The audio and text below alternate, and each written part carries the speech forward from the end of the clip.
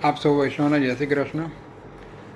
છેલ્લા 2-3 દિવસથી ઇન્દ્રેશ જે મહાપ્રભુજી વિશે એલફેલ બોલી રહ્યા છે કે જે મહાપ્રભુજીના શ્રી હસ્તમાં જગન્નાથજીનો મહાપ્રસાદ લેતા કોડ થયો એનું પહેલાં તો વાંચન પુષ્ટિ માર્ગ વિશે છે જ નહીં કે મહાપ્રભુજી વિશે શું બોલી રહ્યો છે ને પોતાને ખ્યાલ નથી. અને સૌથી શરમજનક બાબત એક છે, એના પિતાશ્રી એવું બોલી રહ્યા છે કે મહાપ્રભુજી પાલખીમાં બેઠા હતા અને વ્રજવાસી આવ્યો અને એને એવું કીધું કે તમે સાઈડ ઉપર મહાપ્રભુજી પધાર્યા છે, તમે સાઈડ ઉપર જાઓ. અને અનન્યતાની વાતો બધી સમજાવે છે. પહેલાં તો જ્યારે વ્રજવાસીને જ્યારે મથુરાજીમાં જ્યારે યંત્ર લગાડ્યું હતું યવન બાદશાહે, ત્યારે જ્યારે ચોબાઓ ત્યાં સ્નાન કરવા યમુનાજીમાં નહોતા જતા, ત્યારે મહાપ્રભુજી બધાને સાથે લઈને ગયા હતા.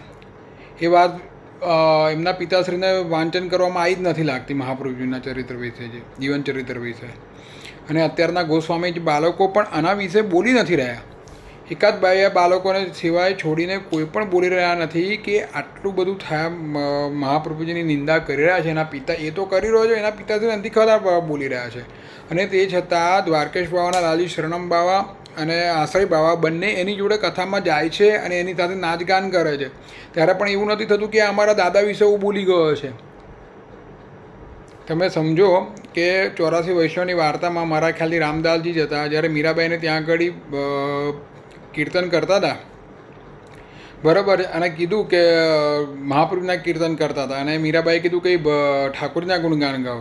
ત્યારે એમણે એવું કીધું કે તારા બાપના કીર્તન ગાઉં છું કે. સુરદાસજી શું કહે છે કે સુર કહે દ્વિવિધ આંધળો. મહાપ્રભુજી અને ઠાકોરજીને અલગ જે જાણે છે એ આંધળો છે. આટલું સુરદાસજી કહી રહ્યા છે. અષ્ટસખાની જ્યારે જે કથા કરીને હાલ તેમ વાતો કરી રહ્યો છે, ત્યારે એણે આ ભાવ બી બતાવવો જોઈએ ને. એ જે કથા કરી રહ્યો છે ને ભગવત નામ અષ્ટસખાની જે વાણી કહેતા એ જ પૈસા દ્રવ્ય કમાઈ રહ્યો છે. એના પિતાની અનન્યતા સમજાવે છે મહાપ્રભુના વિશે. ગુસાઈજી મહારાજે સર્વોત્તમમાં મહાપ્રભુજીને વિભૂ કીધા છે.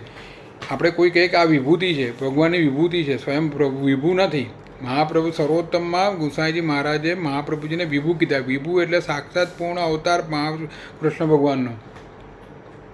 ભગવાનના મુખારબિંદ સ્વરૂપે મહાપ્રભુજી પ્રગટ થયા છે. જ્યારે આ ગોસ્વામી બાળકો એ પોતાના દાદા વિશે બોલી રહ્યા છે, ત્યારે પણ એ લોકો આટલું, હમણાં તો વિડીયો અમને જોવામાં હમણાં આવ્યો એના દાદા એમના પિતાજીનો. એમના પિતાજીને તો ખબર અનન્યતા ઉપર સમજાવે છે. પહેલી તો એ વાત એમને સમજવી જોઈએ કે અનન્યતા કોને કહેવાય. સુરદાસજી એમના ભગવદીઓ સુરદાસજી અને કુંભનદાસજીને બાદશાહ જ્યારે બોલાવતો હતો ને તો પણ એ પાલખીમાં નહોતા બેસતા. તમે વિચાર, મહાપ્રભુજીનું જીવન ચરિત્ર વાંચ્યું કે આ જીવન હું સિવેલા વસ્ત્ર નહીં પહેરું, કેવી ધોતી ઉપરના ધારણ કરીશ, ખુલ્લા ચણાવીને ચાલીને ભારતભરની પરિક્રમા કરીશ. અને મહાપ્રભુજી સ્વયં પાકી હતા, બરાબર છે. અને એ તમે સમજો કે જ્યારે આવું ઇન્દ્રેશ તો બોલી રહ્યો છે અને માફી પણ માગી રહ્યો છે, પણ એના પિતાશ્રી આના વિશે બોલી રહ્યા છે. તો ત્યારના બાળકો, વલ્લભકુના બાળકો નથી. અંગીકાર પ્રથા વિશે કોઈ આગળ આવતું ના, પોતાના મહાપ્રભુના જ્યારે સામે આવે છે એમના પણ સામે બોલવા નથી આવતું. 2-3 બાળકો ગોસ્વામી બાળકોને છોડીને તમારું લોહી ઉકળતું નથી કે જ્યારે પોતાના જ દાદાજી ઉપર એવું કોઈ કહી જાય છે, અમને આટલું થાય છે કે મહાપ્રભુ વિશે કોઈ એવું કહી જાય તો આપણે એનું મુખ ના જોઈએ. તો તમે કમસે કમ એનો સામનો તો કરી શકો, એમને કહી તો શકો. ગોસ્વામી બાળકો, રામદાસજીનો પ્રસંગ તો યાદ છે ને, એ કીર્તનકાર મીરાબાઈ તો ભગવત મર્યાદા માર્ગના ભગવતજી હતા ને, ભગવત ભક્ત હતા મહાન, તો પણ આને આવું કહી દીધું હતું. એમના પુરોહિતે પણ જ્યારે હતો બીજો પ્રસંગ બી છે, એમના પુરોહિતે એ ગામમાં જવાનું બંધ કરી દીધું. એમ મીરાબાઈને ત્યાં જતા હતા ત્યાંથી એ ગામમાં જવાનું બંધ કરી દીધું કે ગુસાઈજીના સ્વરૂપમાં આસક્તિને હતું નહીં. તો એટલી તો અનન્યતા રાખાય.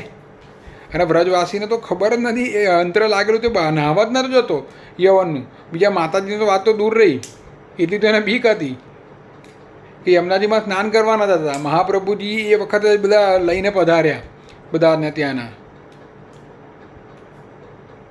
એટલે આનો વૈષ્ણવ નથી બોલી શકતા, એ બહુ મોટું દુર્ભાગ્ય છે કે આના વિશે. અને બીજું વસ્તુ શું કે મહાપ્રભુજી જ્યાં જ્યાં પધારતા હતા એમના સંગે તો કોઈ દુઃખી વૈષ્ણવ હોય ને તો એને સાથે લઈને પધારતા હતા કે મહાપ્રભુજી પ્રસંગ આવે છે ને કે જે પદ્મનાભદાસજીની વાર્તામાં જ કાશીમાં જતા ત્યારે એક શેઠ હતો, ચોરાઈ ગયું દ્રવ્ય, મહાપ્રભુની સંગે હતો, તો પદ્મનાભદાસજી જ એમને દ્રવ્ય અપાવડાયું ખતપત્ર તરીકે. તમે સમજો, પહેલાં તો મહાપ્રભુના જીવન ચરિત્ર, તમારે આના પર જ પૈસા કમાવા હોય ને તો પહેલાં મહાપ્રભુના જીવન ચરિત્ર વિશે સમજવું જોઈએ કે ભગવાન કૃષ્ણનો સાક્ષાત પૂર્ણ અવતાર, પૂર્ણ પુરુષોત્તમ મહાપ્રભુજી પ્રગટ થયા છે. અને આ રીતે બોલી રહ્યો છે, બહુ જ ખરાબ નિંદનીય છે કે એના પિતાશ્રી, તો મને ધ્રાસકો લાગ્યો કે એના પિતાશ્રી એવું કહ્યા છે મહાપ્રભુજી તો ક્યારે પાલકી શું ખુલ્લા ચણાવીને ચાલીને પરિક્રમા કરી છે અને ક્યાં પણ યુદ્ધ નથી કર્યો, એકદમ સંયમી જીવન જીવ્યું છે મહાપ્રભુજી. આદર્શ ગુરુના લક્ષણો કેવા હોવા જોઈએ એ પણ બતાવ્યું છે. છેલ્લે સંન્યાસ નિર્ણય ગ્રંથમાં સંન્યાસ લઈને પણ બતાવ્યું છે, ગૃહાશ્રમ પણ કર્યો છે અને સંન્યાસ પણ કર્યો છે.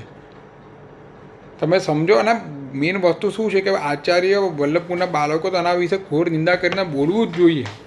એકલા આશિષભાઈએ એના ઉપર કેસ કર્યો એવું ના હોય, ગોસ્વામી બાળકો સામે આવીને એનો વિરોધ કરવો પડે. અને એમને પહેલાં તો શરણમ ભાવને એ લોકોને શરણમાં આવી જોઈએ કે તમે લોકો તમારા દાદાજી ઉપર આવું કોઈ કહી જાય છે, તમને સહેજ બી લાજ શરમ નથી આવતી. મને એમ થાય છે તમને થોડુંક તો માન સન્માન હોય કે ના હોય, એની જોડે તમને કઈ દ્રવ્ય મળવાનું છે?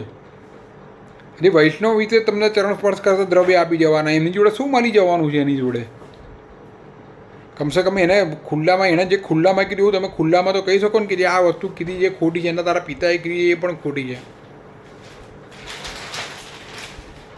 આ તો શરમજનક બાબત, ડૂબી મરવું જોઈએ. જે ગોસ્વામી બાળકો એને સાથ સહકાર આપી રહ્યા છે એમ જ ડૂબી જવું જોઈએ. એના પિતાશ્રી જોડે પહેલી માફી માંગવી જોઈએ કે એવું કહે છે કે અમે કોઈ આચાર્યનું અપમાન નથી કરતા, બધી વાત સારી. તો મહાપ્રભુજી વિશે તમે જુઓ તો ખરા શું બોલી રહ્યા છો કે બાબા તમે આટલા બધા દેવી દેવતાના નામ જાણો છો, અમે તો ખાલી ઠાકોરજીને જ જાણીએ છીએ. એના પિતા આવું બોલી રહ્યા છે, બરાબર છે. એને પોતાને પણ ખબર પડી છે કે ભક્તિ માર્ગમાં તો મહાપ્રભુજી કોઈ બી આવે છે એને પૂછે છે કે કયો માર્ગ મોટો, ભક્તિ માર્ગ કે કર્મ માર્ગ મોટો, એને સમજાવી રહ્યા છે. બાલબોધ ગ્રંથમાં પણ સમજાવી રહ્યા છે મહાપ્રભુજી. અને મહાદેવજી જોડે ચર્ચા કરે. મહાદેવજી તો મર્યાદા માર્ગના સૌથી મોટા વૈષ્ણવ છે કે જ્યાં જ્યાં ઠાકોરજીનું પ્રાગટ્ય થયું ત્યાં આગળ મહાદેવજી દર્શન કરવા આવ્યા હતા, અને મહાપ્રભુજીનું પ્રાગટ્ય થયું તો આપણો મહાપ્રભુજીને દર્શન કરવા આવ્યા હતા મહાપ્રભુજીના. અમારે એમને ભગવત સ્વરૂપનો વ્યવહાર છે. શેઠ પુરુષોત્તમ દાસની વાર્તા વાંચી લેજો. એટલે અનન્યતા વિશે તો એમના પિતાને હું એવું જ કહું કે અનન્યતા વિશે તો તમે સમજાવશો જ નહીં. અમારે તો શરમજનક બાબત એ છે કે જે આ દ્વારકેશ બાવન એમના લાલજી એ બે બોલી નથી રહ્યા, એ જ મોટું, સૌથી મોટું એ છે કે જાહેરમાં કલ્યાણરાયજી આગળ એમને ડૂપણો ઉડાડે છે અને માન સન્માન આપે છે. બધું એમણે જોવું તો જોઈએ કે પોતાના દાદા વિશે જે બોલી રહ્યો છે એના પિતા બોલી રહ્યા છે, એને કહેવું જોઈએ કે ભાઈ આ વસ્તુ ખોટી. તમને બીક લાગે છે કે ત્યાં આગળ બ્રજમાં જઈશું એમને આવું કરશે તેવું કરશે, અને માફી માગે છે જાહેરમાં, બરાબર, યુટ્યુબ ઉપર. તો એણે જ્યારે કથા કરતો હોય ત્યારે એણે કહેવું જોઈએ કે ભાઈ અમારાથી આ ભૂલ થઈ ગઈ છે. આશીષભાઈએ કીધું જેટલા જણા કથા કરવા આવે બધાને આ તો સાંભળે, બધાને બોલાવડે, બરાબર છે, વાત સાચી છે એમની વાત. જેટલા કથા કરવા આવે છે એમની વચ્ચેમાં કે અમારાથી આ ભૂલ થઈ છે, એના પિતા જ પહેલાં માફી માગવી જોઈએ. વૈષ્ણવનો મોટો થયો અંગીકાર. વલ્લભપુરના બાળકો તો અંગીકાર પ્રથા વિશે તો સામે આવતા જ નથી બોલવા માટે. આ પોતાના આચાર્યનું, મહાપ્રભુજીનું નામ આટલું બોલી રહ્યો છે એના વિશે પણ કોઈ નથી બોલી રહ્યા. ચાલો બીજું કોઈ બોલશે. એટલે વૈષ્ણવને વિનંતી એ છે કે તમે લોકો આનો વિરોધ કરો. જે રીતે નાનો વિડીયો બનાવીને વિરોધ કરો. કોઈ બી પ્રસંગ કહીને કે આ વસ્તુમાં આ નથી બેસતું. મહાપ્રભુના તમે જીવન ચરિત્ર વાંચો. વલ્લભ દિગ્વિજય ગ્રંથ છે, એમનું મૂળ પુરુષમાં દ્વારકેશ્વરલાલજીએ કીધું છે. દરેક જગ્યાએ તમે જુઓ ક્યાં મહાપ્રભુજીએ પાલખીનો એનો બધો યુઝ કર્યો છે. જે નથી જાણતો માણસ એને તો આ સાચું જ લાગવાનું ને.